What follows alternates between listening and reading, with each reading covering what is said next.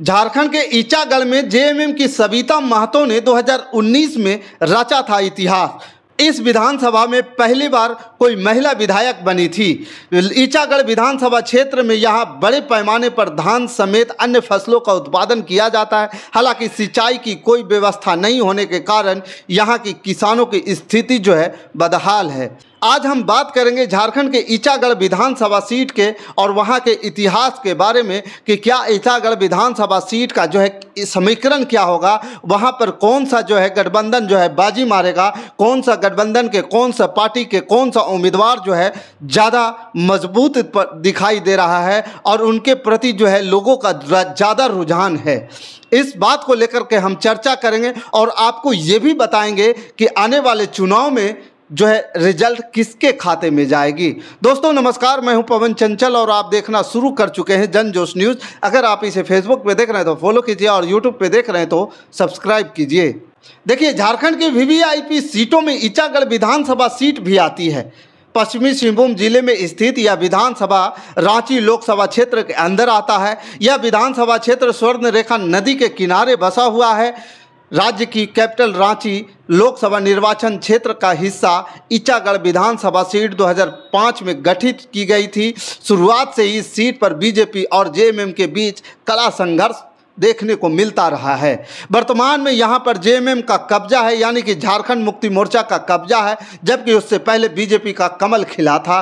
पिछले चुनाव में यहां से जेएमएम की सविता महतो ने जीत हासिल की थी और इसी के साथ उन्होंने इतिहास रच दिया था इस विधानसभा सीट की पहली महिला विधायक बनकर के। दरअसल सविता महतो इस सीट से विधायक बनने वाली पहली महिला नेता बन गई हैं। सविता महतो जेएमएम के कद्दावर दिवंगत नेता और राज्य के पूर्व उप मुख्यमंत्री सुधीर महतो की पत्नी है। 2014 में सुधीर महतो का निधन हो गया था। इसी कारण से 2019 के चुनाव में जेएमएम के आला कमान ने सविता महतो को टिकट दिया था और सविता ने पार्टी नेतृत्व के भरोसे को बरकरार रखा। पति के निधन के बाद से ही सविता राजनीति में सक्रिय हो गई और लगातार क्षेत्र में जनसंपर्क करती रही है। 2019 के चुनाव में उन्हें इसका फायदा हुआ था। देखिए, ईचागढ़ विधानसभा सीट जो है 2005 में गठित की गई थी और पहले ही चुनाव में जेएमएम की जीत हासिल हुई थी। 2005 में इस सीट से झारखंड मुक्ति मोर्चा के नेता सुधीर महतो विधायक चुने गए थे।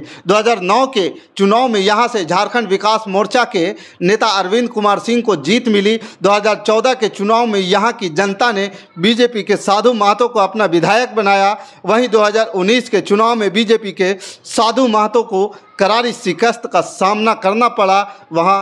वह तीसरे स्थान पर रहे। दूसरे स्थान पर आजसू के हरेलाल महतो को मिला था। 2019 के विधानसभा चुनाव में जेएमएम उम्मीदवार सविता महतो अपने निकटतम प्रतिद्वंदी आजसू पार्टी के हरेलाल महतो को कुल 18,710 मतों से पराजित किया था। सविता महतो को कुल 57,547 वोट मिले थे, जबकि उनके निकटतम प्रतिद्वंदी आजसू पार्टी के हरेलाल महतो को 38,836 वोट ही पा सके थे।